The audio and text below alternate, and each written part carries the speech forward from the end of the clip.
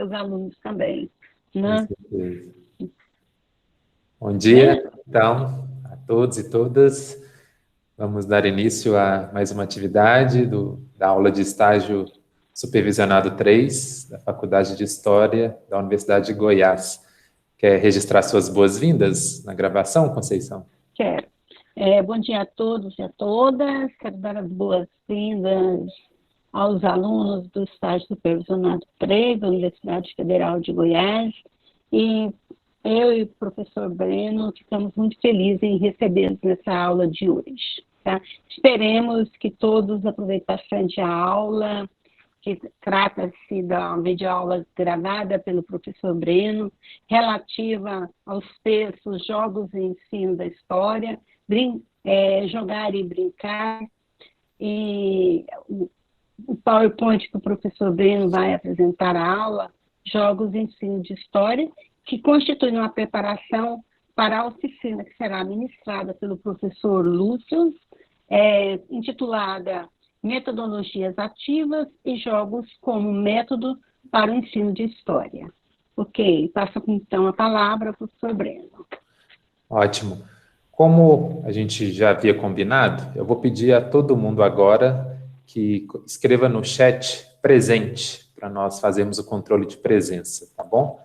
Então, antes de fazer a exposição, peço que todo mundo escreva no chat presente, para depois, na gravação, a gente aferir a presença. Pessoal, eu vou apresentar aqui um PowerPoint que eu preparei. Ele não é exatamente um resumo, né, uma interpretação apenas daquele texto que foi indicado para vocês lerem, mas é mais do que isso, é uma tentativa de aprofundamento na questão dos jogos no ensino de história. Então, eu e a professora Conceição estamos adotando esse procedimento, né? A gente passa algumas leituras para vocês terem o primeiro contato com o assunto, né? Um primeiro contato que procura dar conta das informações mais básicas, e nos encontros síncronos a gente procura fazer um aprofundamento. Não é justamente porque aí nós temos a oportunidade de acompanhar vocês, de fazer um debate. Então, quero enfatizar que não é uma palestra, tá, gente? É uma discussão que vai tocar em alguns pontos do texto, mas também eu vou trazer outros pontos, vou trazer, como eu sempre procuro fazer, a minha interpretação mais pessoal sobre os temas, tá bom? Então, eu vou começar a apresentar a tela. Como eu vou ficar sem contato visual, se acontecer qualquer coisa mais importante no chat, alguém estiver solicitando para entrar na sala, eu peço que vocês me avisem no microfone, tá bom? Eu vou desligar meu microfone, Breno. À medida que o professor Breno for apresentando também, se alguém tiver dúvida, pode fazer expressão no chat, né, Breno? Eu prefiro que peça para falar no microfone, porque eu estarei com a tela do PowerPoint aberta, né? Tá. Exatamente. Tá ok. Então, assim, se puder... Pode até escrever no chat a pergunta, não tem problema, mas aí alguém me avisa, né? Que tem pergunta, que quer perguntar. Tá, Isso, só gente? me avisa. Vamos fazer uma aula, sim, o professor apresenta, à medida que tiver dúvida, podem perguntar. Não precisa ficar com receio de interromper, de perguntar, de tirar dúvidas, tá bom? Então, eu vou desligar meu microfone. Ótimo. Imagino que a tela já esteja aparecendo aí para vocês, né? Sim. Então, nosso tema hoje, jogos e ensino de história. Para fazer uma discussão um pouco mais teórica, para preparar vocês para a oficina prática que o professor Lúcio vai ministrar na terça-feira. Então, começando com os nossos objetivos. O objetivo geral, explorar o potencial educativo dos jogos nas aulas de história. E os objetivos específicos, entender o conceito de gamificação e sua possível aplicação no campo da educação, especialmente no campo do ensino de história, e compreender as competências e habilidades que os jogos podem ajudar a desenvolver nas aulas de história. Bom, para início de conversa, acho que alguém está pedindo para entrar, né? Esse barulhinho, acho que é quando pede para entrar. É isso. Foi. Bom, para início de conversa, eu destaco que no campo da educação existe uma certa resistência, especialmente de professores um pouco mais apegados em métodos tradicionais, em relação ao uso dos jogos como uma ferramenta educativa. Porque muitos professores, muitos profissionais da educação ainda assimilam os jogos e as brincadeiras como algo oposto ao estudo. Então, esses profissionais entendem que jogos e brincadeiras devem ficar restritos ao universo da educação infantil. Eles têm um certo papel, mas, digamos assim, não são algo muito sério, né? Não devem fazer parte do ensino a partir do Fundamental 2. E isso tem uma explicação cultural também, né?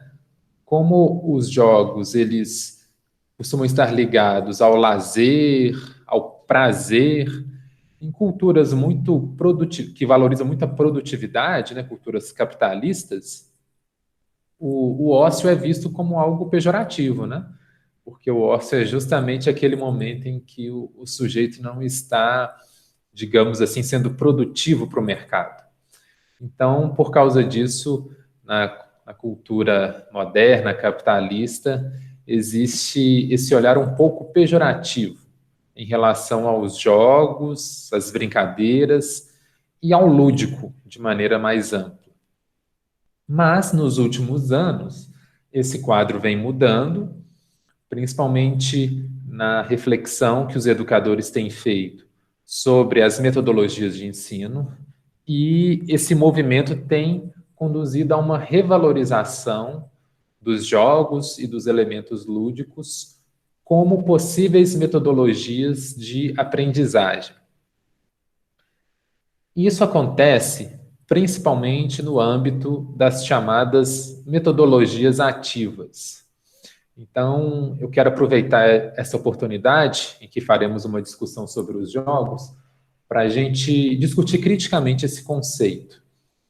Eu acredito que vocês já tenham ouvido falar sobre metodologias ativas, principalmente se alguém aqui já teve contato com a iniciativa privada, porque esse termo ele ganha muita força nos últimos anos, ele não é muito antigo, acho que tem não é mais antigo do que uma década, e ele é muito forte na linguagem do mercado educacional.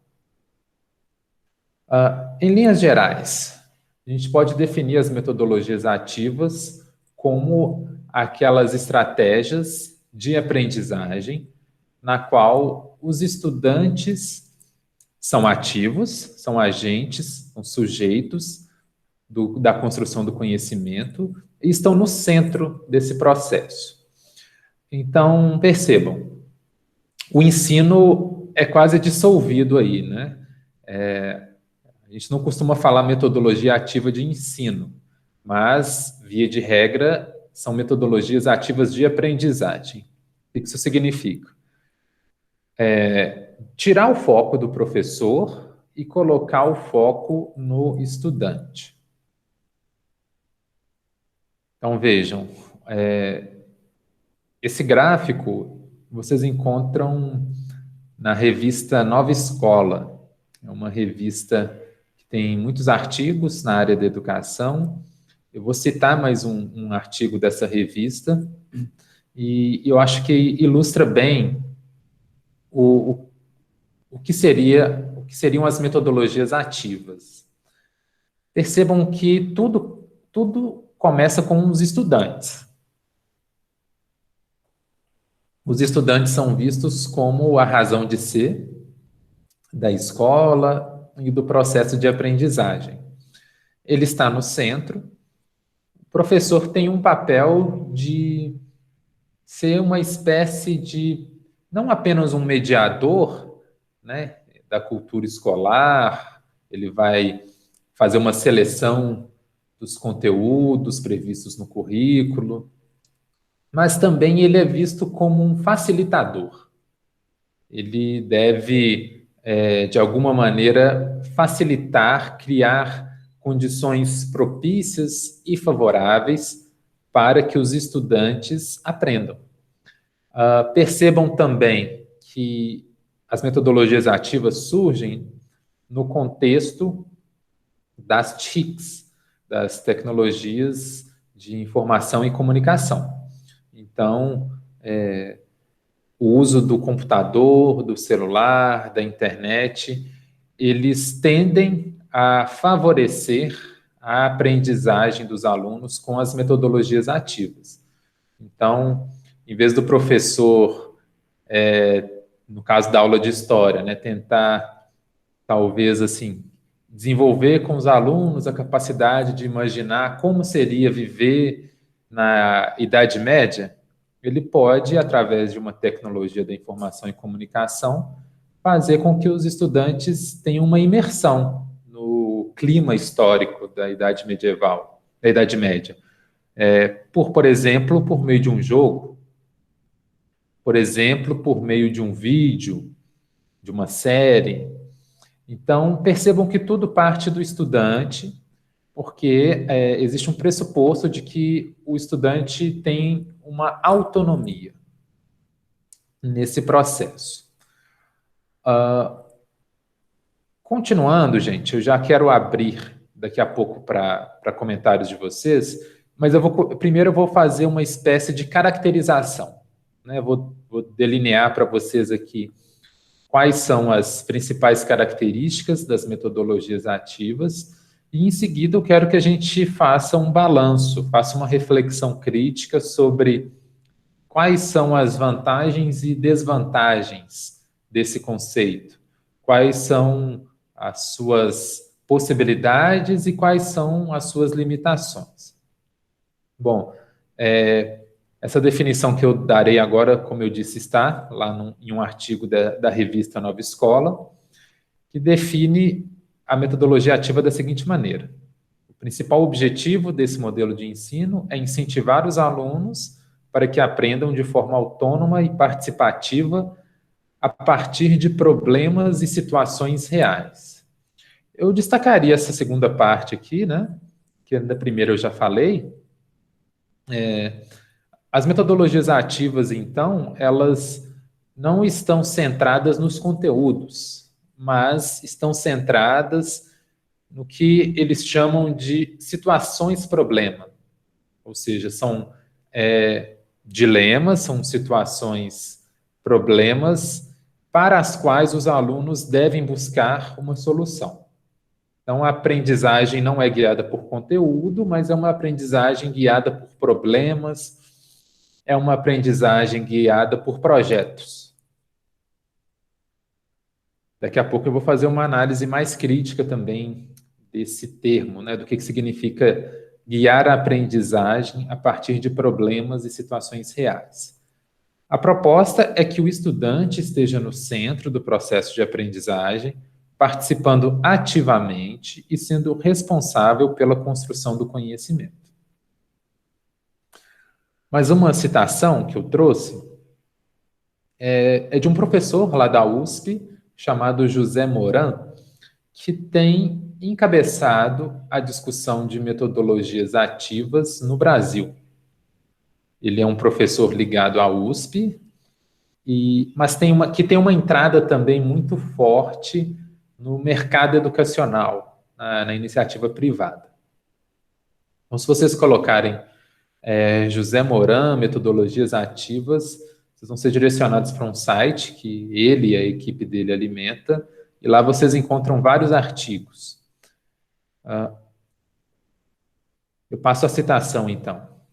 Nas metodologias ativas de aprendizagem, o aprendizado se dá a partir de problemas e situações reais. os mesmos que os alunos vivenciarão depois na vida profissional, de forma antecipada durante o curso. Então, aqui, gente, deixa eu ver. Não, eu tenho mais uma citação aqui. Daqui a pouco eu vou abrir para vocês comentarem, mas aqui a gente vê que as metodologias ativas, elas têm um objetivo bastante claro, que é, digamos assim, treinar os alunos para que eles desenvolvam essas habilidades, essas competências, que serão importantes para eles no mundo, no mercado de trabalho, né? Não diria nem no mundo do trabalho, mas no mercado de trabalho. Então, por exemplo, o professor vai dar um trabalho em grupo porque possivelmente esse estudante, quando vier a se tornar um profissional, ele vai precisar trabalhar em grupo, ele vai precisar desenvolver essa capacidade de negociação, de ouvir o outro, de chegar a um consenso sobre determinado assunto. Então, a escola é vista como um momento de preparação para essa vida profissional e de antecipação de algumas situações problema que, de alguma maneira, irão ajudar os estudantes depois em sua inserção profissional. Uma última citação do José Moura. Aprendemos melhor através de práticas, atividades, jogos, projetos relevantes, do que da forma convencional, combinando colaboração, aprender juntos e personalização, incentivar e gerenciar os percursos individuais. Então, percebam, as metodologias ativas, elas investem muito mais na prática do que na teoria, não é? Então, as aulas expositivas, elas perdem muito espaço, né? Essas chamadas aulas conferência, elas perdem espaço para atividades mais práticas, para jogos, por exemplo, né? Vou falar daqui a pouco como que os jogos entram como uma metodologia ativa, para uma aprendizagem guiada por projetos, do que aquele formato tradicional, não é que quando existe um currículo e o professor simplesmente vai seguindo pelos conteúdos. Então, ela valoriza a colaboração, a ideia de trabalhos em grupo, aprender juntos, e a personalização. Isso é, a ideia é que cada aluno, cada estudante tem o seu ritmo de aprendizagem. E ele deve ser incentivado a saber gerenciar o seu percurso, entender o seu próprio ritmo. Bom, antes de prosseguir, eu queria abrir para comentários, né? E aí eu coloco a seguinte pergunta para vocês. Primeiro, como vocês se posicionam, né, diante das metodologias ativas, se já conheciam essa discussão, se é uma novidade, e, na opinião de vocês, quais são as vantagens e desvantagens, né? O que isso trouxe de positivo e o que seria o ponto assim que a gente poderia colocar como crítica às metodologias ativas. Então, vou dar um tempo aqui na apresentação e quero abrir a palavra. Queria ouvir vocês. O que vocês acham?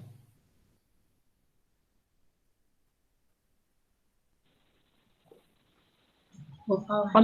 Podem falar, gente, à vontade. Oi, gente, bom dia. Posso falar? Pode, Luísa. Vou ligar a câmera também, fica melhor, né? Então, na verdade, assim, essa questão da metodologia ativa é um pouco novidade. Eu nunca vi, nunca participei de nenhuma aula ou proposta assim especificamente, mas eu já ouvi falar de forma indireta, né, sobre essa metodologia.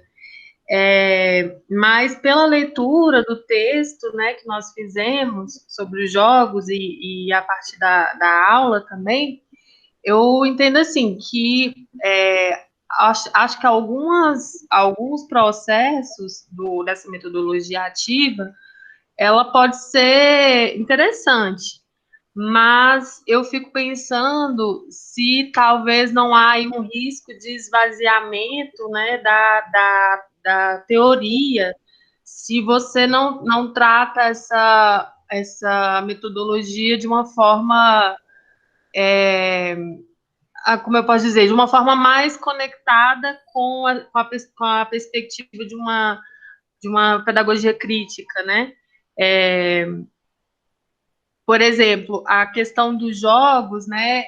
Enquanto eu estava lendo o texto, eu achei assim que parece ser uma experiência interessante você trazer uma proposta de uma atividade lúdica que trabalhe com a sensibilidade, com a emoção, né? Isso acredito que contribui para o processo.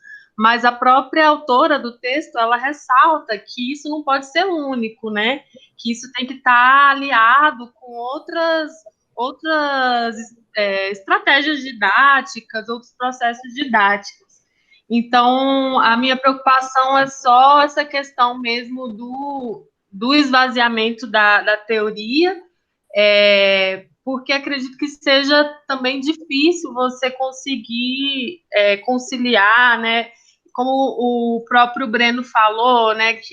Me parece que há um foco na questão de resolver problemas para se inserir ao mundo do trabalho, né? Isso pode ser problemático, né? Pensar só na questão do resultado, né? De resolver problemas. Acho que é isso. Luísa, concordo, achei muito pertinente sua observação. Não é à toa que a gente, pelo menos no campo da história, costuma fazer uma discussão de metodologia com teoria, né? A gente costuma falar no campo de teoria e metodologia da história, porque método é uma palavra que, na modernidade, ela acabou ficando muito estreitada, né? Se a gente for pegar no original, método é caminho, né? Se for pegar lá na raiz etimológica da palavra, método é caminho. Ou seja, não é necessariamente algo pragmático para você resolver um problema, mas são os caminhos que você trilha para chegar em algum lugar. Mas com a modernidade, né, e o avanço do discurso científico, a gente associou muito método à ciência, né? Método é método científico. Isso, por um lado, é bom, né? A ciência trouxe vários avanços, mas, por outro lado, isso estreitou, né? E eu acho que foi isso que você quis mostrar, que as metodologias ativas, quando elas falam só em metodologia, sem teoria, elas podem conduzir a um reducionismo do processo de ensino-aprendizagem, né? Um reducionismo teórico, não é? Ok, é muito importante que os nossos estudantes saibam resolver situações, problema. Mas para quê, né? E a dimensão reflexiva, né? Vamos pegar aqui uma teoria que todos nós apreciamos muito, que é a teoria da história desenvolvida pelo Huizing. E a consciência histórica desse estudante, né? E a subjetividade, a identidade, os valores éticos, morais. Ele pode ser um ótimo profissional, né? Ele pode saber resolver muitas situações problema, mas isso não é garantia que ele tenha uma consciência histórica, digamos assim, reflexiva. Isso não é garantia que ele é tolerante, que ele vai desenvolver a tolerância, não é? Então, acho que essa limitação ela é importante. Mas é uma discussão que tem seus pontos positivos, né?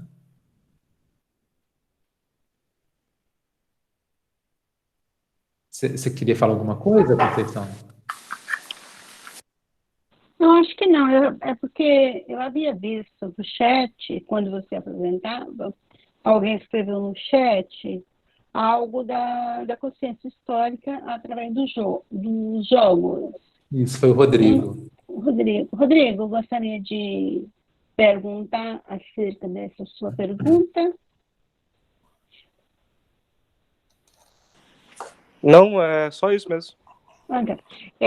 Eu gostei da colocação da Luísa, tá? Porque, Luísa, eu acho que pensar o mundo a partir das TICs, das tecnologias de informação e comunicação, e as primeiras discussões que tivemos sobre TICs, que se iniciaram aí alguns anos atrás, e ela vai se desenvolvendo agora, a partir do avanço das tecnologias digitais e metodologias ativas, é pensar numa perspectiva de como nós podemos trabalhar na história com essas metodologias. Sem, no entanto, desprezar o que o professor Breno colocou. O indivíduo pode ser bom para resolver problemas, mas ele pode não ser um indivíduo bom para fazer uma reflexão em vários outros aspectos. Que, por exemplo, na história, além da gente estudar a história, está composto na história para nós, pelo menos para quem trabalha com consciência histórica, aí na perspectiva do historiador Jordi Hilse, são as tipologias de consciência histórica: tradicional, exemplar, crítica e genética. E o Hilse tem um texto muito bacana que vocês já devem ter lido com o professor Rafael, que é a questão da discussão da ética, do comportamento e da moral a partir de acordo entre dois clãs no século XVIII, nas terras altas da Escócia. Né? Então, nós temos que pensar. Aí, veja bem, eu não vou falar das 4 tipologias de consciência histórica e como pensar as 4 tipologias de consciência histórica a partir da perspectiva das metodologias ativas digitais agora. Né? Mas a gente tem que ir numa perspectiva do ensino da história enquanto ciência. E o ensino da história enquanto ciência, mesmo a gente lidando com essas metodologias, está posta o princípio da moral, da ética e do comportamento. Né? Das discussões críticas a partir dos princípios dessa ética e desse comportamento. Tá? Isso para mim, enquanto professora de história há mais de 40 anos, está dado. Tá? E pensar, sobretudo, nesses princípios da ética, moral e comportamento, a partir das tipologias e a partir do texto da ontogenese do Hilsen, é pensar no que as tecnologias hoje destrói um pouco essa questão da questão do comportamento, da ética e do respeito ao outro, e da empatia. Tá? Por exemplo, a disseminação de fake news, e que, às vezes, o nosso aluno, que é de ensino fundamental ou médio, pega o celular, lê uma noticiazinha lá, falando agora mal de alguém, vai lá e dissemina essa notícia. Né? E o aluno não pensa na perspectiva do significado dessa notícia que ele está disseminando, que ele está divulgando, produzindo, e que ela vai ser mil vezes reproduzida ao outro. Então, a discussão do Hilsen hoje cabe muito bem nas metodologias ativas de aprendizagem, como princípio de moral, ética e comportamento, a partir das quatro tipologias de consciência histórica. Ok? Pronto, Breno, era isso que eu gostaria de falar. Obrigada, Breno. Ótimo. Acho que antes de eu te passar a palavra, fiquei na dúvida se mais alguém tinha pedido a palavra. O Felipe queria falar alguma coisa? Fiquei com a impressão que ia abrir o microfone. É só um comentário acerca do que foi dito em relação a metodologias ativas, porque a Conceição também já falou um pouco, mas a metodologia ativa ela por ela, como se ela fosse em si só um fim e não um dos caminhos a ser atingido, no caso da história, ele acaba justamente impedindo que você construa o conhecimento de uma forma a projetar e evoluir a consciência histórica, né, que é a ideia do Riesling no texto, é uma ideia de evolução, que você sai da tradicional até chegar à genética, até chegar transcender o que seria tradição, exemplo. No conto lá do Castelo fica muito nítido essa diferença. Então, na metodologia ativa parece que você deixa de lado essa coisa da ela por ela, não assim, não que ela não seja útil, mas se você tem ela como, por exemplo, você falou do Moran da USP, a hora que você falou que ele estava além de ser da USP, ele também está envolvido no mercado privado, aí tudo já fez sentido, né? Assim, né? Da coisa, assim como foi o caso agora da irmã do Senna, falando que tem que voltar à escola logo, não sei o que. Então, no mercado privado parece que há um esvaziamento da função do professor nesse sentido, e nós, das humanas, principalmente também, porque não é mais útil, né? A gente não está ensinando educação financeira, empreendedorismo, não sei o que, então parece que a metodologia ativa ela mascara tudo isso e, no nosso caso, dificulta a criação, a construção, na verdade, do aprendizado histórico, partindo do pressuposto que aprender história é criar consciência histórica a partir do que está sendo ensinado. A metodologia ativa é massa demais, jogos, o texto dos jogos foi massa, legal pra caramba. Mas acho que ela por ela sem a epistemicidade que é inerente ao ensino de história, ela fica, tipo assim, ela reduz o aprendizado histórico nesse sentido ao que seria simplesmente vamos fazer coisas ativas e legais e não sei o que. Acho que seria só esse comentário nesse sentido. Muito bom, Felipe. Eu acho que com isso a gente pode fechar essa primeira sessão de comentários e eu vou retornar aqui à exposição. Então, a gente chegou a algumas conclusões, né, aqui na nossa discussão muito rica. Primeiro, tomar cuidado com esse esvaziamento da teoria, né? Metodologias são importantes, mas elas precisam vir acompanhadas de uma reflexão mais teórica, mais historiográfica, mais filosófica, sobre o significado do processo de ensino-aprendizagem.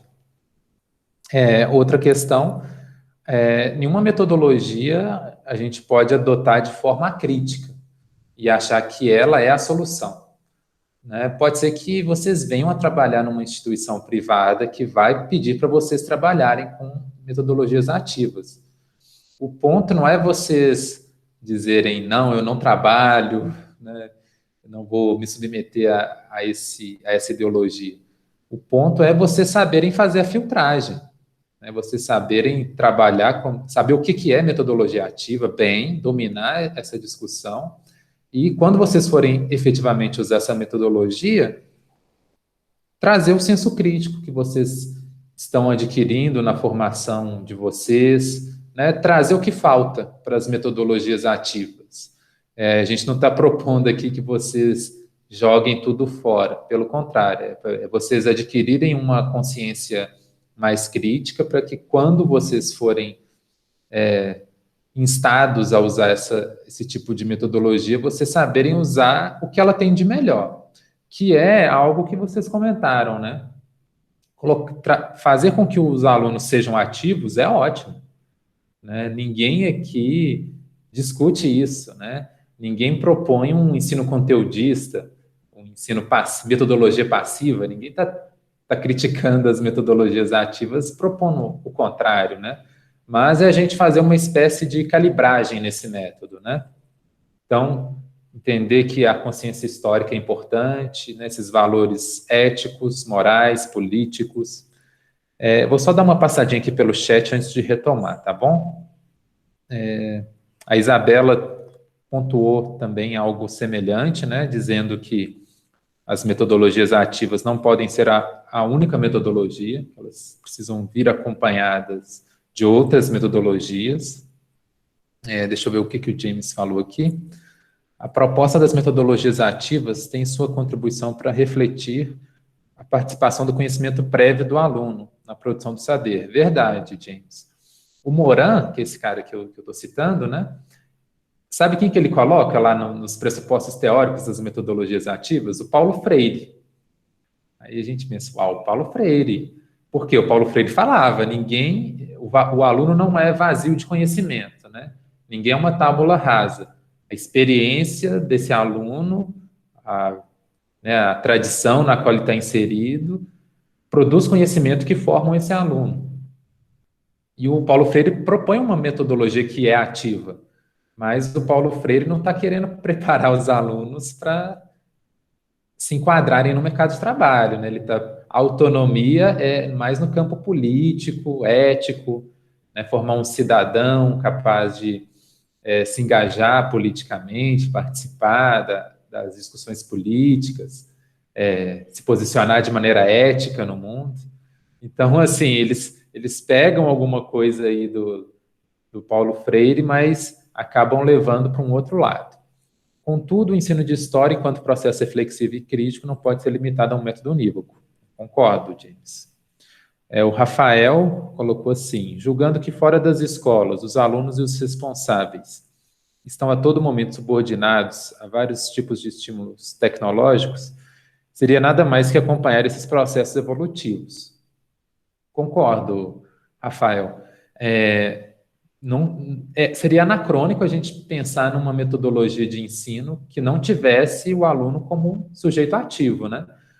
Seria anacrônico, porque ele é ativo nas redes sociais, né? A tecnologia, a web 2.0, né? Ela trouxe essa característica. Na TV, no cinema, né? Nesses outros tipos de mídia, o espectador é mais passivo, né? O espectador recebe muito a informação. Mas essa web 2.0, ela traz essa característica que é o apagamento entre as fronteiras do produtor e receptor de conteúdo. Daí o fenômeno dos blogueiros, né? Blogueiro faz o quê? Produz conteúdo. Ele não, como se ele tivesse um programa de TV para ele, né? Então, ele é ativo. Ele não está só passivo recebendo conteúdo.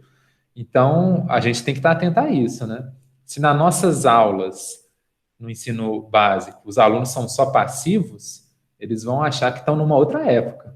Porque na vida, nas outras esferas da vida prática dele, ele é ativo. Então, a gente precisa, sim, acompanhar isso, de forma crítica, é claro, mas acompanhar esse movimento. Além de que esses estímulos, através dos jogos, ajudam bastante no processo cognitivo, como a memória, pois o recurso visual é muito rico e interativo. Gente, eu vou retornar aqui para a exposição, aí daqui a pouco eu volto para a discussão, tá bom? Só para a gente calibrar bem o tempo. Na última aula a gente acabou avançando um pouco, então vou tentar ser bem atento aqui com o tempo, tá? Então vou voltar a apresentar. Acho que funciona assim, né? Eu apresento um conjunto de slides e a gente abre para discussão, né? Acho que funciona bem, certo? Então, eu tinha parado aqui, né? Então, as críticas que eu apresento aqui são mais de ordem política e ideológica. As metodologias ativas, elas trabalham com uma semântica neoliberal, conformada com a lógica do mercado. Então, o estudante no centro, às vezes, parece ser um cliente que precisa ser satisfeito. E a educação vista como prestação de serviço, como uma mercadoria. Nas escolas particulares, isso aparece com muita força, né? O estudante, focar no estudante é assim, o cliente tem sempre razão, né? Assim, muitas vezes os estudantes até apresentam algumas demandas, né, do tipo, o professor não está dando aula, porque o professor usa uma metodologia diferenciada. Aí o estudante vai lá e reclama desse professor. Então a gente tem que tomar cuidado. Sim, os estudantes precisam ser ativos, eles são o centro do processo de ensino-aprendizagem, ninguém discute isso. Mas não é a ideia do cliente, que tem sempre razão, que precisa sempre ser satisfeito. Às vezes, uma boa aula é aquela que incomoda. É aquela que, principalmente na aula de história, né, gente? É aquela aula que transforma o estudante, né? Que pega algum valor, digamos, mais preconceituoso que ele tenha, vamos imaginar com a cultura africana. Uma boa aula de história é aquela que incomoda esse aluno, né? Que faz ele repensar um preconceito que ele tenha, por exemplo, com sociedades africanas. Então, o estudante está no centro, sim, mas ele não tem que ser satisfeito emocionalmente em todas as aulas, né? Em algumas aulas, a boa aula vai ser aquela que transforma, né? Que traz inquietação.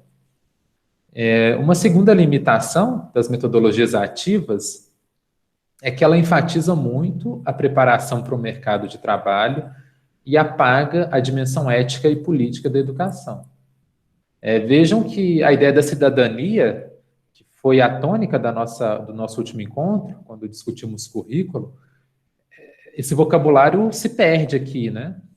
E a formação para a cidadania, né? Como que as metodologias ativas contribuem para um cidadão que sabe filtrar fake news, né? Que sabe, que consegue conviver democraticamente com opiniões divergentes, com um cidadão que é responsável pelas suas ações. Então, uma série de competências e habilidades são apagadas, né? Porque a ênfase é nessas situações problema do mercado de trabalho. Mas a gente sabe que a educação histórica, ela precisa ser pensada de forma mais integral, de forma mais humanística. Evidentemente, o mundo do trabalho é uma dimensão importante, a gente não pode apagá-la também, não é? Mas a gente não pode fazer com que essa ênfase no mundo do trabalho devore as outras dimensões, porque Breno, o profissional... Já te passo a palavra, tá? É o James, né? sim, eu mesmo. Já te passo a palavra, tá, James? Porque o profissional, a gente quer formar pessoas integrais, que saibam trabalhar, mas que saibam se posicionar politicamente, que sejam eticamente responsáveis, né, que tenham uma vida integral. Diga, James. Eu não sei muito os pressupostos por trás, mas, por exemplo, pensar num mestrado profissional em História, que, em tese, tem que entregar um produto ao final de todo o processo. Está, de alguma maneira, calcado, tem alguma influência dessa lógica do mercado ou de transformar o ensino numa forma de mercadoria ou não? Outras questões. Assim, só para eu entender um pouco, porque eu ouvi falar recentemente dessa questão do mestrado profissional, que parece que até universidades têm essa linha, né, ou estão pensando em adotar em algumas das suas pós-graduações. Eu queria entender um pouco se vendo essa lógica neoliberal, se são coisas muito diferentes ou se tem alguma vinculação entre essa ideia de um mestrado profissional em História e a questão da lógica de mercado. Sua pergunta é excelente, tá? Eu vou dar aqui a minha posição, depois eu vou passar para a Conceição, porque eu não sei se a gente tem exatamente o mesmo pensamento, né, em relação a essa questão. Pessoalmente, James, eu acho muito interessante o projeto do mestrado profissional em História. Ele não necessariamente significa um avanço da lógica neoliberal de mercado, não. Não necessariamente.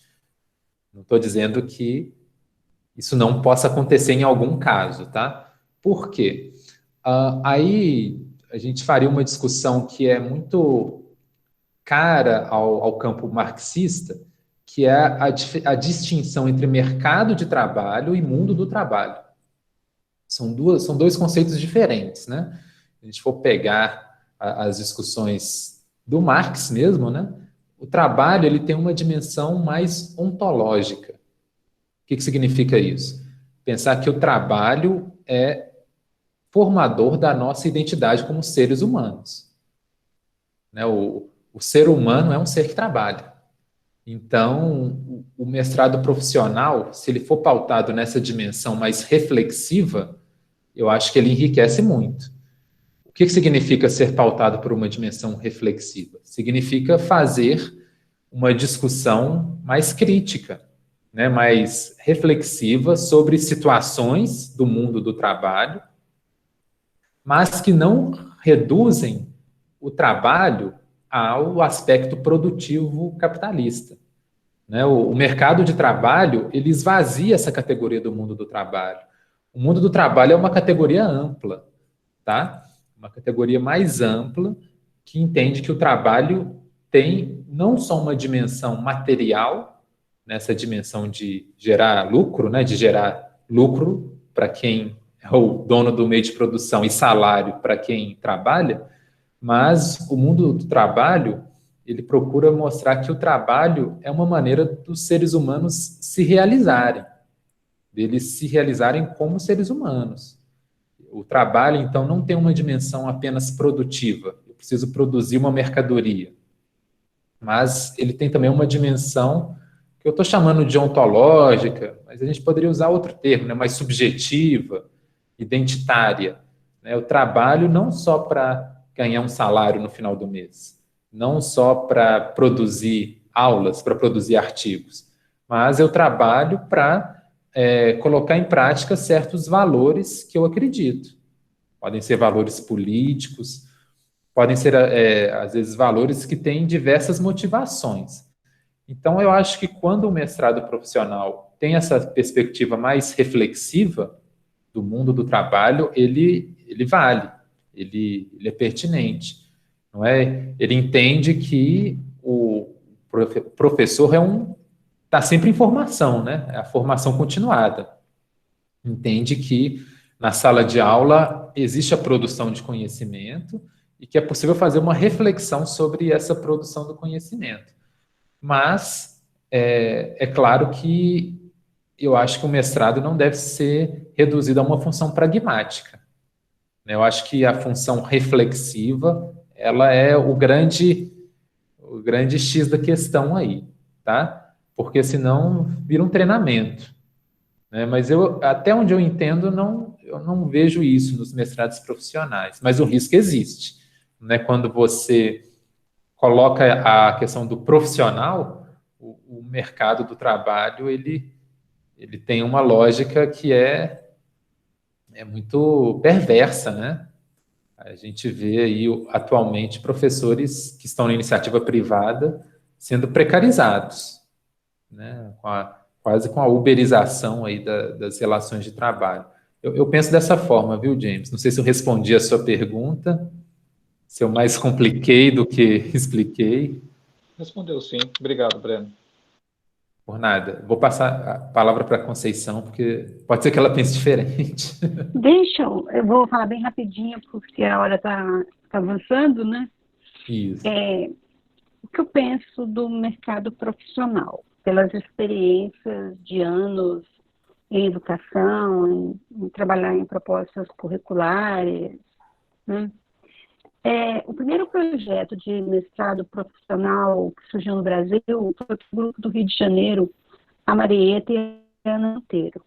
A primeira apresentação que eu vi delas, do projeto delas, foi na AMPU em 2013, em Natal. E eu achei muito ruim aquele projeto. Por quê? Porque os alunos não tinham tempo de pesquisa.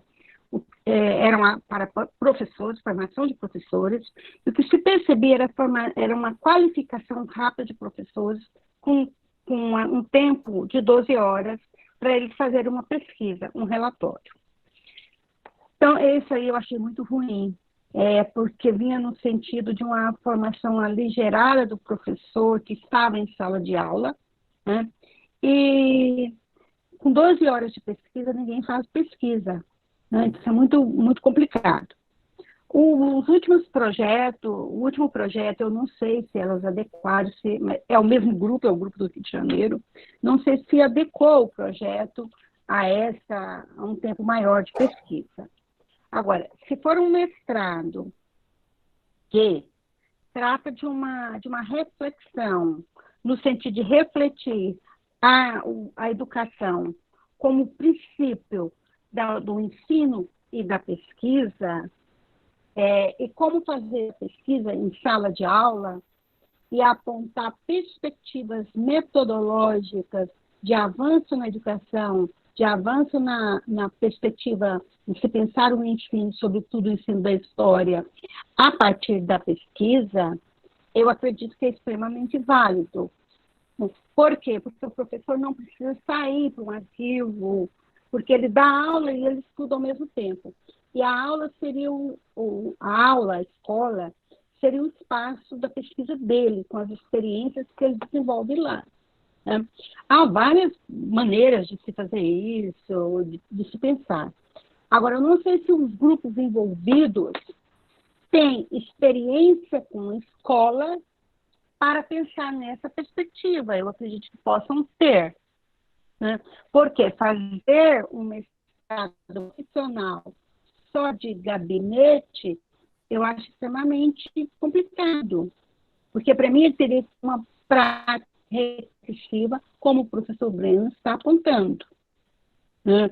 Na construção de uma pesquisa, o que é a pesquisa e como é a pesquisa na sala de aula e como encaminhar seus alunos nessa pesquisa também. Não os alunos de mestrado, mas o professor que faz o profissional encaminhar seus alunos da escola no sentido da pesquisa. Eu orientei um trabalho de uma professora da rede pública municipal, não foi no profissional, porque eu não trabalho no profissional. Por que eu não trabalho no mestrado profissionalizante? Profissionalizante, né? Não, profissional. Acho que é profissional. Profissional, o nome correto. Lembrei. Por que eu não trabalho? Porque eu fiquei com uma impressão não muito boa desde esse projeto que eu vi a apresentação dele em 2013. Tá? E eu tenho uma linha muito clara de trabalho, que eu me engajei nela desde 2009, e que o grupo do profissional não é adepto à linha de trabalho a qual eu tenho me dedicado. Eu, o professor Rafael, o professor Nicolini, uma série de professores aí, que é uma linha de trabalho que dá perspectiva de resposta para a gente da pesquisa na escola. Então, eu não sei como é o projeto profissional hoje, mas essa é a minha posição, tá? Da pesquisa para a escola. Agora, as escolas precisam sim de pesquisa, os professores precisam começar a pesquisa, mesmo que eles trabalhem em sala de aula, uma carga horária muito, muito grande, tem que haver uma forma deles transformar essa sala de aula no espaço da pesquisa deles também. Essa é a minha posição. Tá, Breno? Passa a palavra ao professor Breno. Então, assim, se a gente fosse resumir, né? Profissional, sim. Profissionalizante, não. Né? Profissional é mais amplo. Se você tiver interesse em se aprofundar nisso, James, eu sugiro você dar uma olhada num autor chamado Maurice Tardif.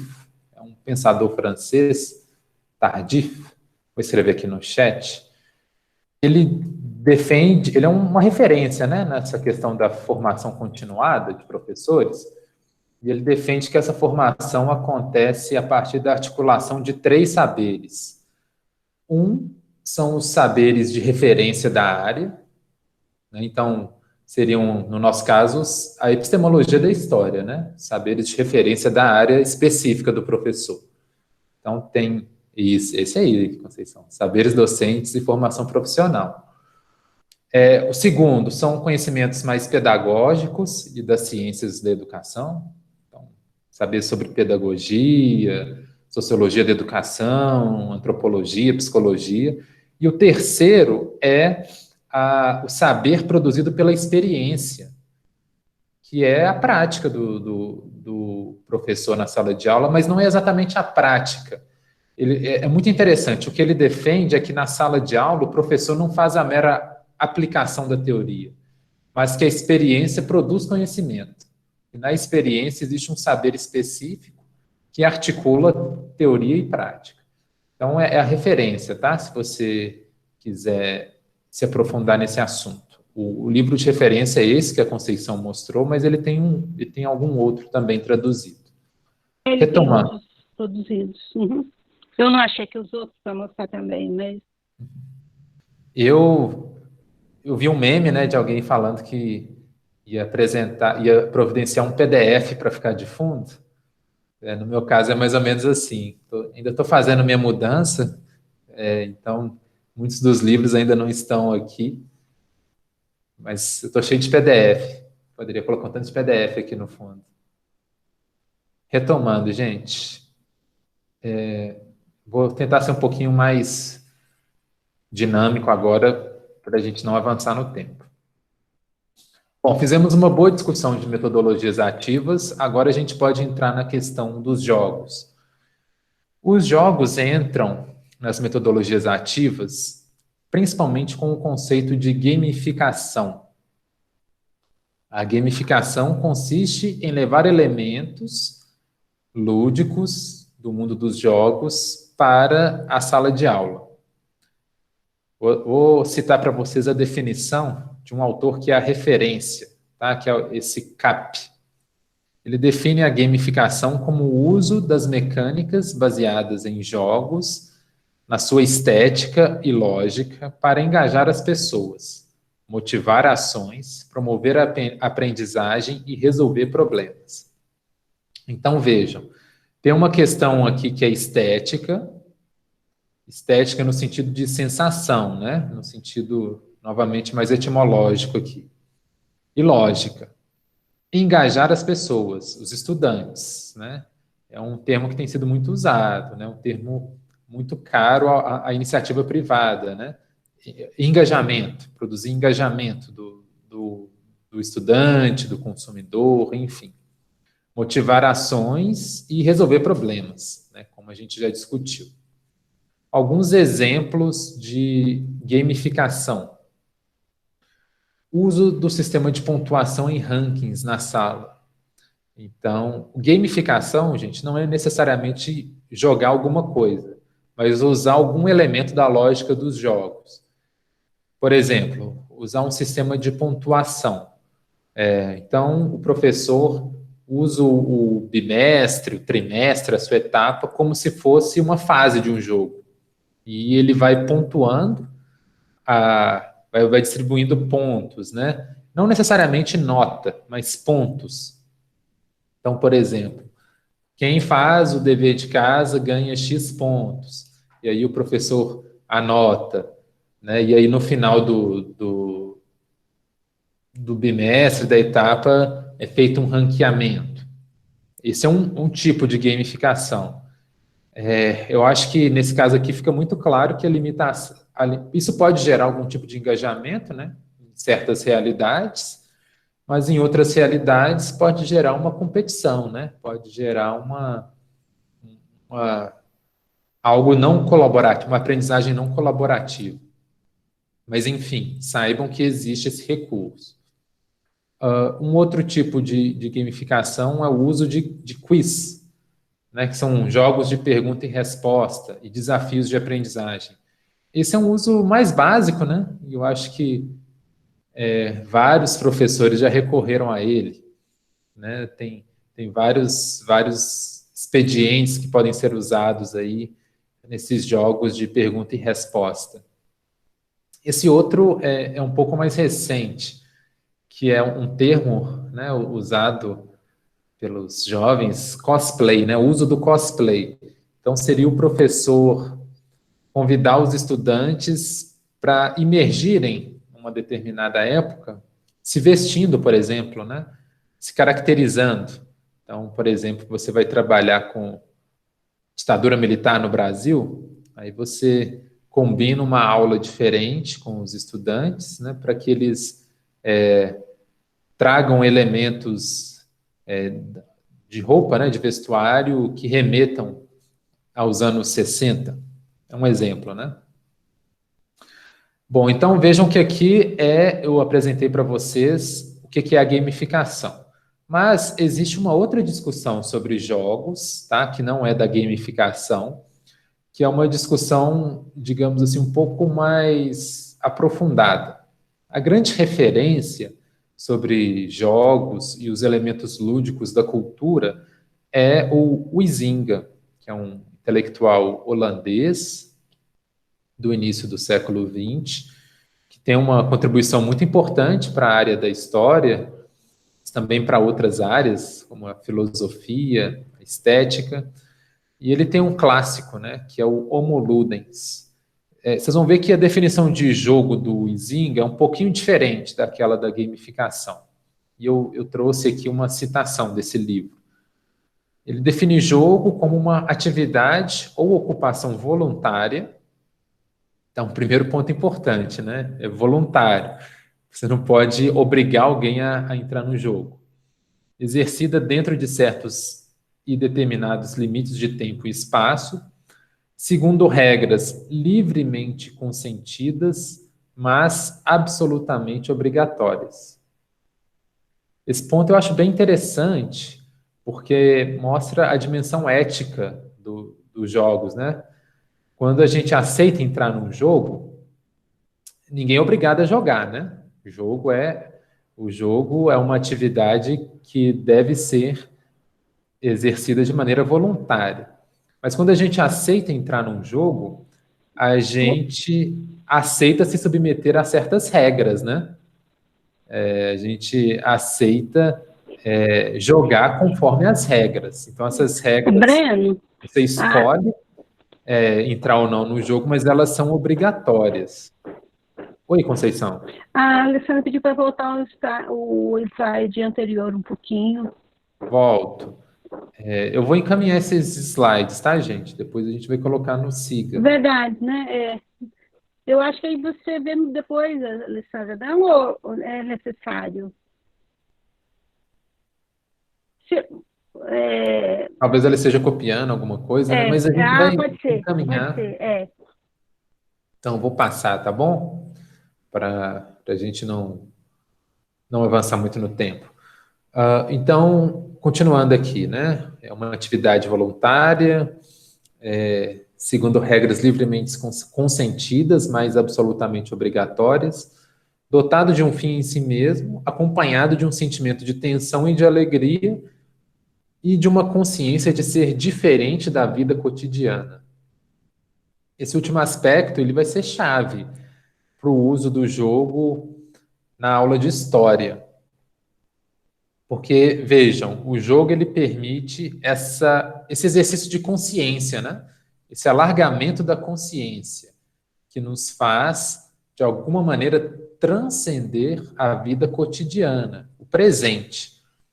Então, quando a gente joga, a gente entra num universo, num ambiente que não é o nosso do presente. E isso é muito importante, né? Muito caro aos historiadores e aos professores de história, não é? Eu acho que é o sonho de todo professor, quando trabalha um determinado conteúdo, fazer com que os estudantes se sintam como se estivessem naquela época, né? Fazer com que os estudantes imaginem como se estivessem, sei lá, na Grécia Antiga, ou como se estivessem vivenciando a realidade de um povo indígena brasileiro durante o início da colonização. E os jogos podem auxiliar justamente nisso, não é? Uma das principais competências e habilidades que os jogos podem desenvolver nas aulas de história é a imaginação. Ou seja, se a gente usar um determinado jogo, a gente pode fazer com que os estudantes desenvolvam essa capacidade que é fundamental para a consciência histórica, que é a imaginação. Imaginar-se numa outra época, numa realidade diferente da realidade do presente. Mas a imaginação não acontece no vazio, né? A gente não vai ficar olhando para dentro e aí a gente vai descobrir alguma passagem mágica para outra realidade. É por meio de símbolos, né? Símbolos culturais que usamos para construir significados e fazer a representação do passado, dessa outra realidade. Então, Se for um jogo de tabuleiro, os símbolos vão ser as cartas, né? Então, as cartas, elas ajudam, são símbolos, né, que podem nos ajudar a imaginar essa outra realidade. Se for um jogo digital, aí a coisa é mais sofisticada, né? Porque a simbolização, ela é muito detalhada, né? E aí a gente nem precisa pensar muito, né? Porque a própria tecnologia faz a imaginação pela gente, né? Ela desenha ali, nos faz emergir nessa realidade. Mas percebam, gente, que essa capacidade de imaginação e de simbolização é fundamental para a representação histórica, que faz essa representação do passado por meio de uma narrativa. E os jogos, eles têm também essa dimensão narrativa, né? Um jogo de RPG, por exemplo, né, ele tem, inclusive, um narrador, né? Alguém que vai fazer a contação do enredo que serve de pano de fundo para o jogo. Então, vejam que são elementos muito caros também ao pensamento histórico. Bom, além disso, os jogos também desenvolvem outros aspectos importantes no processo educativo. Estou me referindo aqui à interação social, principalmente quando há jogos em grupo, né? Os alunos, quando jogam em grupo, eles podem desenvolver a capacidade de conviver com pessoas diferentes. Por exemplo, se existe uma equipe, são pessoas diferentes buscando um objetivo comum, que é vencer o jogo.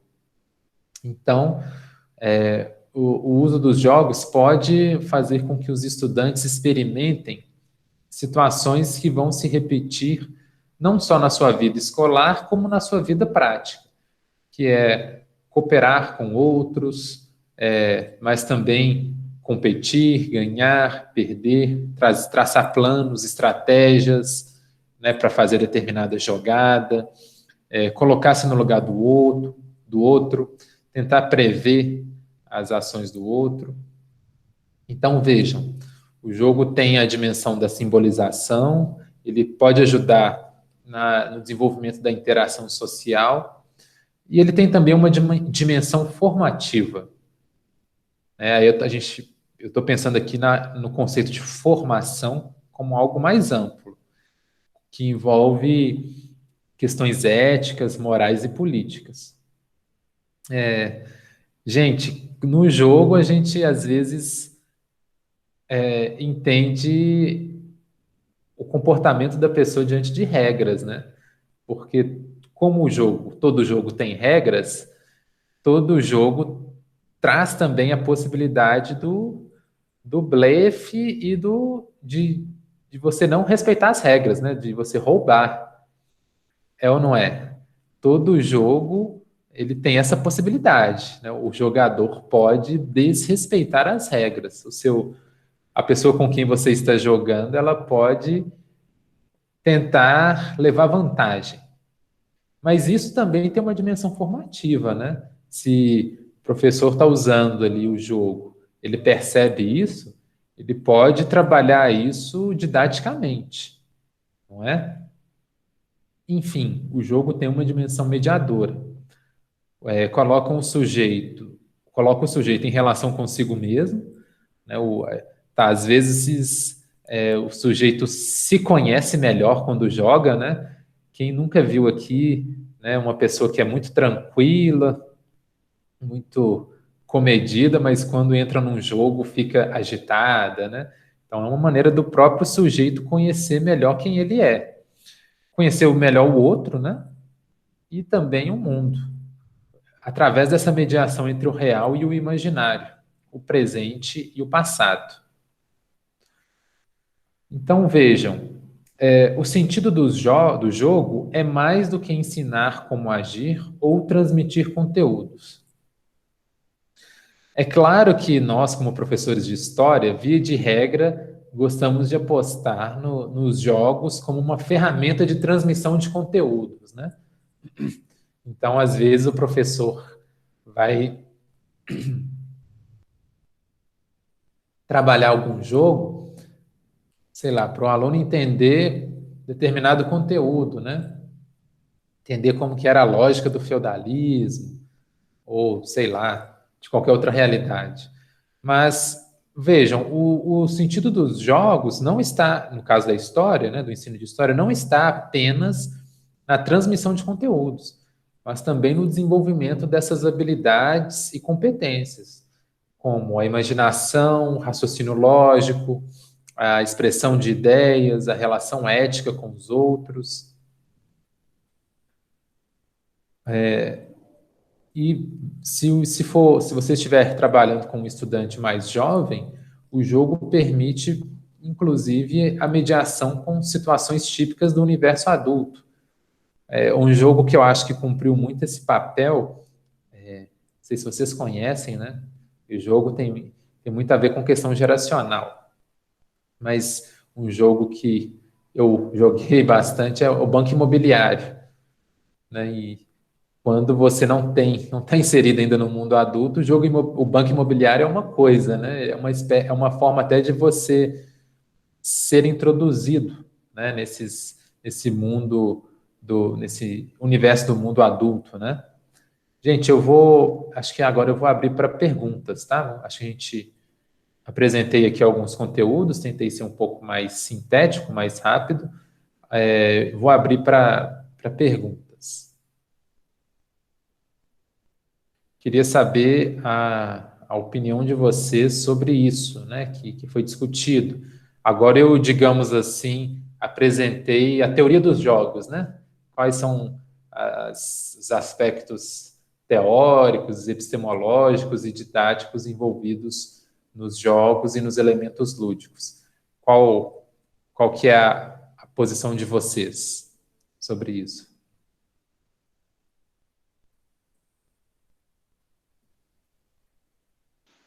Você poderia repetir a pergunta, por favor?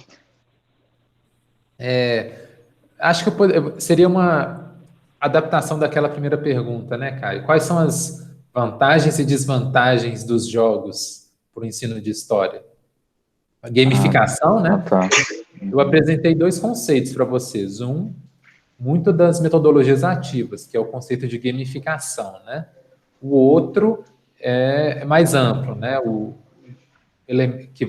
Pega o jogo mais pela questão lúdica, que é o jogo como elemento da cultura, né? Aí é mais o Izinga, algo mais amplo. A gamificação, ela é um vocabulário mais das metodologias ativas.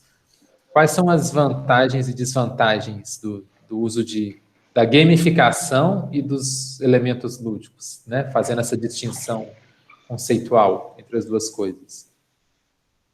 Vamos começar pela gamificação, né? Uma coisa de cada vez. E quais são as vantagens e desvantagens da gamificação, gente? Professor, eu achei interessante uma coisa, eu, Isabela, que estou falando aqui. Tudo bem, Isabela. Eu achei interessante, vai fugir um pouquinho da sua pergunta, mas eu achei muito interessante essa questão da gente entender realmente o que é essa gamificação, né? Porque quando a gente está só pensando, né, esse termo gamificação, parece, na verdade, que a gente tem que trazer jogos absurdamente, né? Tipo assim, não, tem que trazer um jogo. Mas quando você pontuou que, na verdade, a gente pode formular toda uma dinâmica ali em torno da pontuação, incentivar eles nesse sentido, eu achei muito interessante isso. Muito, muito, muito interessante mesmo. Porque, às vezes, eu ficava pensando, mas, gente, como que eu vou usar jogos nessa situação específica aqui? Não tem jogo disso, onde que eu vou achar? E aí, quando você pontua que, na verdade, é a forma, né, o método, assim, que a gente tem que usar, foi muito esclarecedor. Eu dou aula de inglês, né, que foge um pouco de história, mas eu passava um pouco por essa situação. Claro que no inglês eu consigo trazer muitos joguinhos, mas às vezes eu ficava pensando, né, como que eu vou fazer um jogo nesse conteúdo?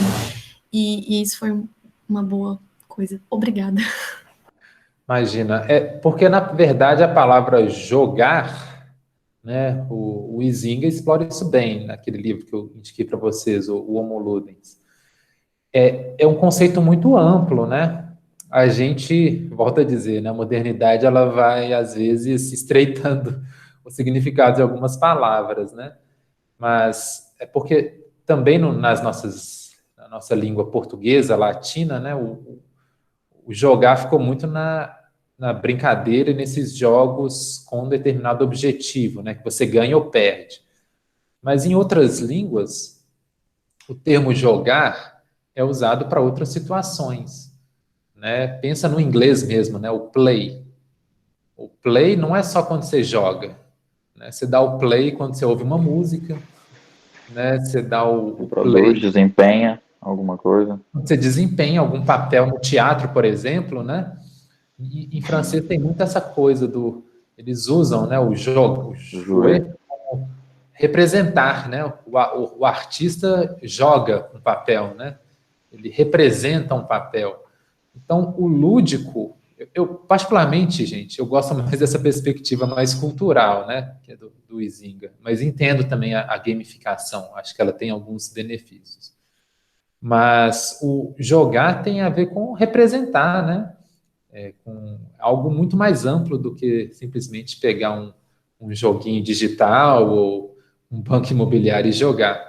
Às vezes na vida a gente joga, né? A gente joga papéis, a gente representa, né? Mas obrigado pela sua colocação, Isabela. O que mais vocês diriam, gente?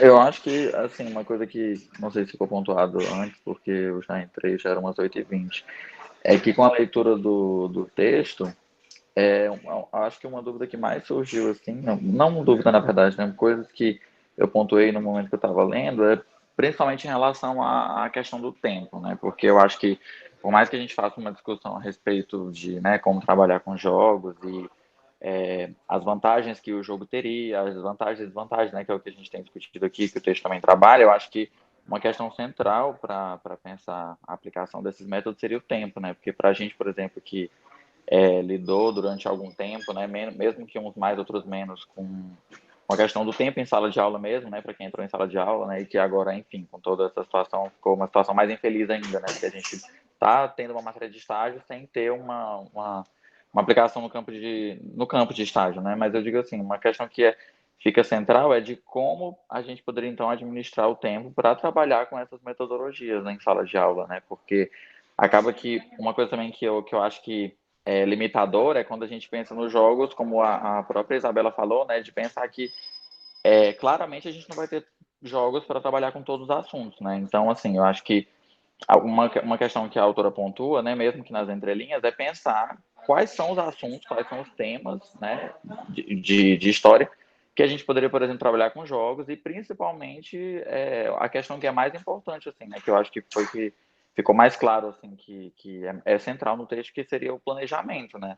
Porque por mais que a gente faça toda uma discussão teórica de como aplicar, de quais são as possibilidades, as impossibilidades, né? Enfim, todas as limitações que a gente tem ou não, acho que a questão central seria justamente pensar no papel do planejamento na aplicação de qualquer metodologia ativa, na verdade, né? Não só de jogos, enfim, que a gente também viu, acho que a professora Conceição sabe bem disso, né? Que na faculdade a gente viu muito assim ao longo do curso, né? E de algumas oficinas que a gente teve, por exemplo, produção de fanzines, esse tipo de recurso que também seria um recurso para apropriação do aluno, né? Da história a partir dos alunos. Então, acho que são duas perspectivas interessantes, né? Tanto da gamificação quanto a outra que você falou, que agora eu não estou lembrando o nome. Mas acho assim que uma questão mesmo principal, assim, né, muito, muito central para pensar a aplicação seria o próprio planejamento, né? Qual é o papel do planejamento nisso? Que tipo de planejamento o professor teria que fazer, né? Enfim, até planejar jogos também, na verdade, né? Não ficar só alinhado aos jogos que já existem, né? Ou, enfim, as possibilidades que já existem, porque, por exemplo, a gente tem vários jogos, o Assassin's Creed, né? Que é bem interessante, porque é um jogo né, de PlayStation e tal, né? De videogame, né? Em geral, que trabalha, né?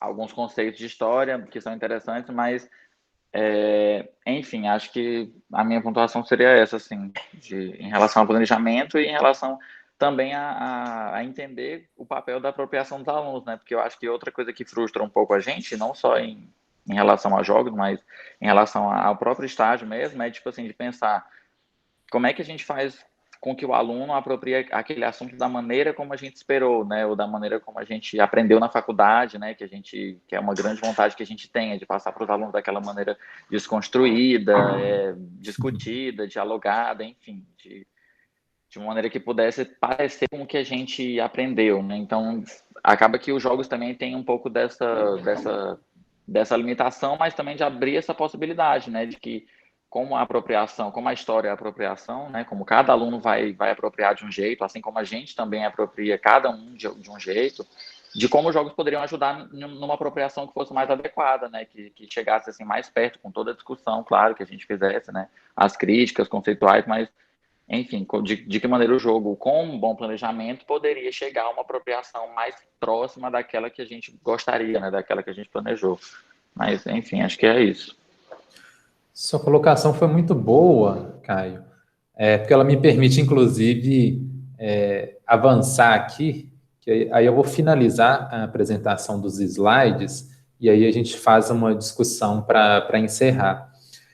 De fato, não dá para trabalhar com jogos em todas as aulas, né? Acho que esse é um ponto fundamental.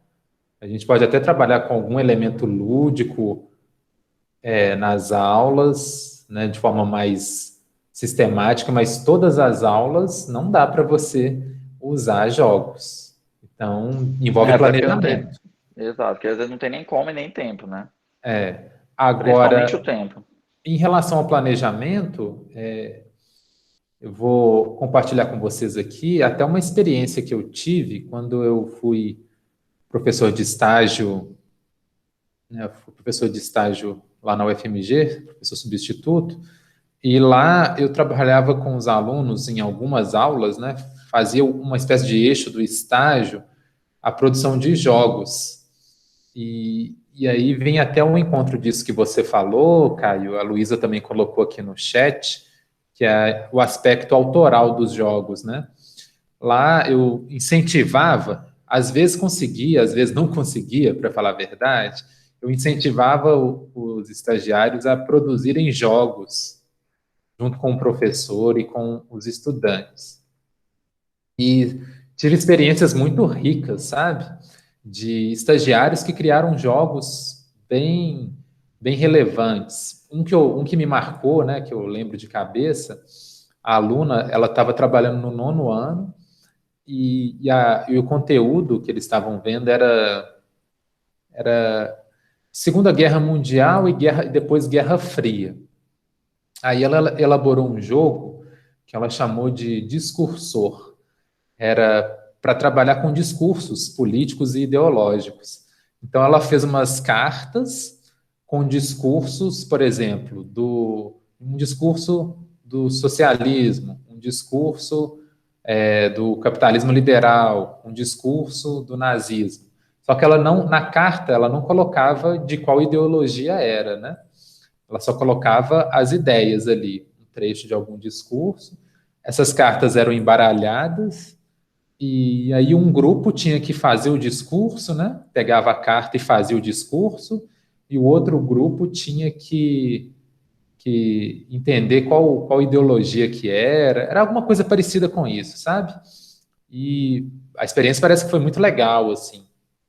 Então, eu estou dizendo isso para mostrar para vocês que é possível criar jogos também, tá? Às vezes você tem uma aptidão, né? Você gosta do assunto, é possível criar jogos sobre conteúdos que talvez não existam ainda jogos prontos, né?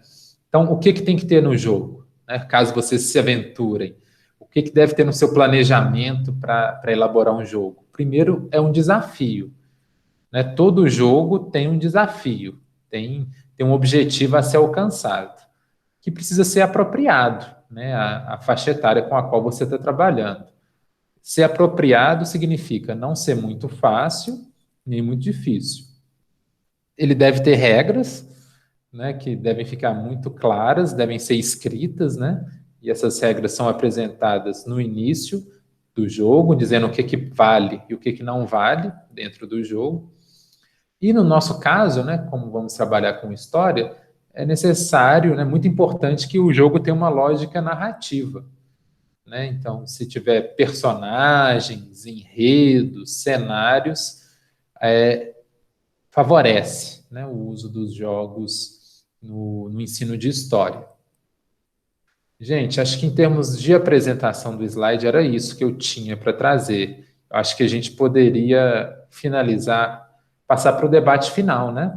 Não sei se a Conceição gostaria de acrescentar alguma coisa, se vocês, estudantes, gostariam de falar. Acho que foi muito rica, né, a aula, né, o debate foi muito rico, tanto no chat quanto nas intervenções. Eu estou muito satisfeito. Eu também estou bastante satisfeita, assim, com a forma que a gente tem avançado e a participação dos alunos.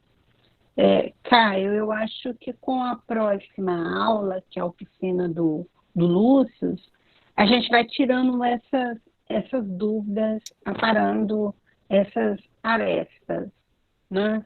De como trabalhar um jogo na sala de aula, como planejar determinado conteúdo na história com uma metodologia de jogo, né? Eu acho que o Lúcio, acho que vocês o conhecem, ele é um aluno de doutorado lá da nossa faculdade, e ele próprio criou uma forma de trabalhar em história com jogos, e que eu vi alguns trabalhos dele e achei muito bacana, por isso nós o convidamos para fazer esse trabalho com vocês. Aí eu acho que a gente fecha essa discussão a partir de uma prática de sala de aula mesmo com essa temática, tá? A minha questão seria somente essa, Breno, porque aí a hora já está avançando. É isso, né? Colocando tanto. A gente fez uma boa discussão, a gente fez uma boa reflexão teórica, né? Agora, no encontro de terça-feira, a gente vai ter a parte mais prática. Quando eu fazia essa discussão lá com os alunos de estágio, eu levava uns jogos, sabe? Uhum. Eu dava essa parte teórica, mas eu levava uns jogos. Agora fica um pouco mais difícil, né? Só se fosse algum jogo digital, mas eu confesso que eu não conheço muitos jogos digitais. Eu conheço mais jogos de tabuleiro, jogos, digamos assim, analógicos à moda antiga. Mas o Lúcio, ele está se especializando nisso e vai cumprir muito bem essa lacuna, vai suprir. E os meninos aí bem mais novos do que nós, certamente conhecem os jogos digitais aí, viu? Conhecem. Acho que foi o Caio que citou o Assassin's Creed, né?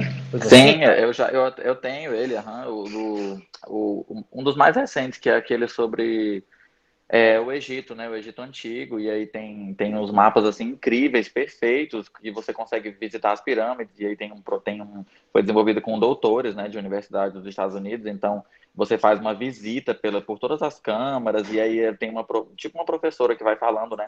Aí eu acho que uma das questões também é essa, né? Pensando nessas limitações que a gente tem, né? Que a gente, por mais que a gente faça uma discussão muito rica, né, a respeito de como usá-los e tal, eu acho que no momento em que a gente vai para a sala de aula, a gente é muito frustrado, né? Porque como é que a gente, por exemplo, conseguiria levar esse material, né? Por mais que às vezes você tenha às vezes todo um planejamento desenvolvido, mas aí na hora também, como é que você consegue levar isso para a escola ou adaptar isso a 50 minutos de aula, que na verdade não são 50 minutos de aula, né? Nunca são.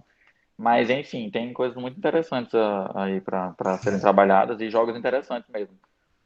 Em uma aula é impossível, viu, Caio?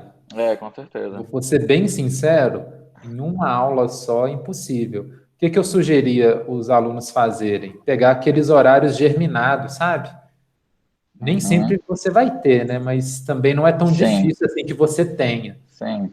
Ou às vezes 2 aulas seguidas, né? Até negociar com outro professor, sabe? Porque uns 10, 15 minutos, aí 20 minutos, você vai gastar para organizar a sala, porque não vai ser fileirado, né? Não vai ser um jogo fila indiana, você vai gastar para organizar a sala e para ensinar as regras. Então, é uma atividade que demanda um planejamento aí para umas 2, 3 aulas. Às vezes você começa o jogo em 2 aulas, termina na outra. Não é algo pontual, não. Então é isso, gente. Acho que a Ok. gente já está avançando aí no tempo, né? Uhum. A gente vai disponibilizar depois a gravação para vocês, juntamente com o PowerPoint. Teremos, né, a convite da Conceição, uma atividade muito interessante na terça-feira. Todos estão convocados, mais do que convidados, a participarem, né, com o professor Lúcio. O tempo vai ser, só avisando, Breno, que na terça-feira o tempo vai ser mais longo um pouco, tá, gente? Para vocês Aí, planejarem o tempo de vocês, porque ele precisa de um tempo maior. talvez a gente faça até um intervalo, né, Conceição? Assim, Passamos o intervalo para não ficar tão cansativo, né? Porque se fazer um tempo muito curto, aí não dá para fazer toda a atividade e não fica, aí não é legal, né? é isso, né? Qualquer coisa, entre em contato com a Conceição e comigo, né? Estamos à disposição de vocês. Eu também achei o texto bastante bacana, eu não tinha lido o texto, mas disponibilizamos todo o livro para vocês, que do livro há vários outros textos bem bacanas, eu dei uma olhada nos outros textos, eu não conhecia aquele livro, porque não é um tema que eu tinha trabalhado, nunca trabalhei, mas eu vi a necessidade de trabalhar com esse tema. Então, o livro está lá para vocês. Quem quiser depois ler o livro, fica à vontade, tá? E é isso, né, gente? E nas dúvidas que vocês tiverem, vão nos consultando, né, Breno? É isso. Se cuidem, fiquem bem e até semana que vem, gente. Abração. Tchau, gente. Não esqueça de fazer o termo de compromisso, tá bom? Eu acho que está no siga de vocês. Se não tiver no siga de vocês, nos comuniquem, que a gente vai comunicar o coordenador de estágio, tá? Beijo. Siga onde? Nos materiais? Acho que nos materiais. Ah, tá. Dá uma olhada lá, tá? Quem está perguntando é o Caio. Dá uma olhada lá, Caio. Se não tiver, passa uma mensagem para nós, tá bom? Beijo, gente. Tchau. Bom dia, gente. Tchau. Bom dia.